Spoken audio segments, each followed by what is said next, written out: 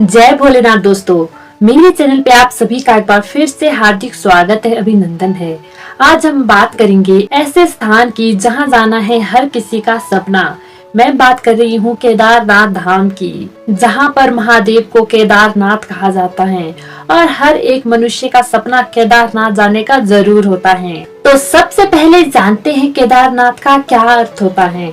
केदार का अर्थ होता है क्षेत्र और नाथ का अर्थ होता है भगवान, देवता या स्वामी, अर्थात जो इस क्षेत्र के यानी कि जो केदार खंड के देवता हैं, जो केदार खंड के स्वामी हैं और ईश्वर है, वही केदारनाथ है। केदारनाथ धाम को छोटे 4 धाम, 12 ज्योतिर्लिंगों और 5 केदारों में सर्वप्रथम धाम माना जाता है। तो अब जानते हैं कि केदारनाथ धाम है कहाँ। केदारनाथ धाम उत्तराखंड राज्य के रुद्रप्रयाग जिले के मंदाकिनी नदी के तट पर स्थित है। केदारनाथ के कपाट साल में सिर्फ अप्रैल महीने से नवंबर तक खुलते हैं और उसके बाद सर्दियों में 6 महीने के लिए बंद हो जाते हैं, क्योंकि केदारनाथ में बहुत ज्यादा बर्फ पड़ती है, जिससे कि केदारनाथ का मंदिर और आसपास का एरिया पूरे तरीके से बर्फ से ढक जाता है। उस समय भगवान के विग्रह यानी कि देवता की मूर्ति को पास के ही एक मठ में रखा जाता है और यहीं भगवान की पूजा होती है। केदारनाथ का यह पवित्र मंदिर जिस स्थान पर है उसे केदार खंड कहा जाता है। इसी केदार खंड के राजा भगवान शिव है, इसीलिए ही भगवान को यहाँ केदारनाथ कहा जाता है। इस मंदिर की एक खास बात यह है कि मंदिर तक सीधे सड़क मार्ग से नहीं पहुंचा जा सकता है, बल्कि गौरी कुंड से 22 किलोमीटर की चढ़ाई चढ़कर ही बाबा केदार के दर्शन किए जाते हैं। कहते हैं कि महर्षि नर और नारायण ने इस मंदिर की स्थापना की थी। सबसे पहले उन्होंने ही केदार खंड में तपस्या की थी और भगवान शिव से यहीं बसने का आग्रह किया था। तब से यहाँ भगवान स्थापित हो गए। आइए अब जानते हैं केदारनाथ मंदिर का वर्णन। केदारनाथ का यह मंदिर 3 भागों में है, जो है गर्भगृह, मध्य भाग और सभा मंडप। यहाँ के ज्योतिर्लिंग को स्वयंभू यानी कि स्वयं प्रकट होने वाला माना जाता है। मंदिर के प्रांगण में ही भगवान शिव के परम प्रिय भक्त नंदी जी की मूर्ति भी विराजमान है। शिवलिंग के चारों ओर 4 विशाल स्तंभ हैं, जिन्हें की 4 दिशाओं और 4 वेदों का प्रतीक माना जाता है। इन 4 स्तंभों पर ही विशाल छत टिका हुआ है।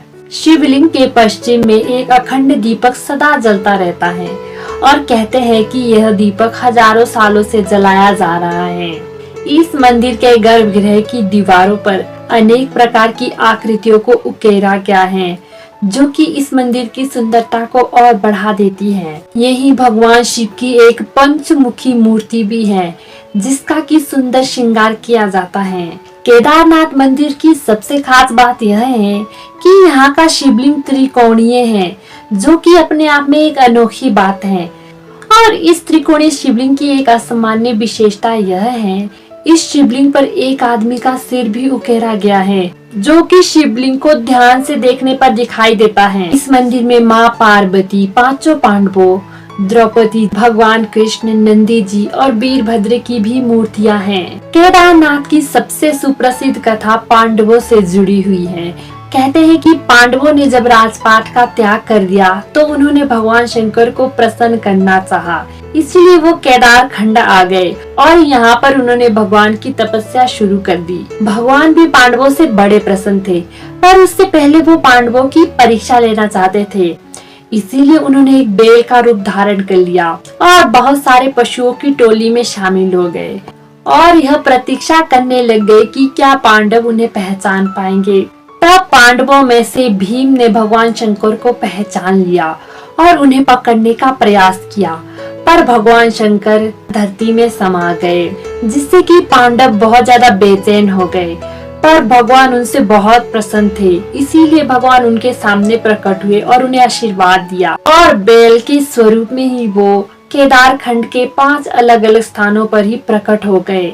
इन 5 स्थानों को पंच केदार कहा जाता है। कहा जाता है कि इन 5 मंदिरों में भगवान शिव के बैल स्वरूप के अलग अलग अंग प्रकट हुए हैं। जो कि 5 पांडवों के प्रतीक हैं। पंच केदार है केदारनाथ, तुंगनाथ, रुद्रनाथ, मध्य महेश्वर और कल्पेश्वर।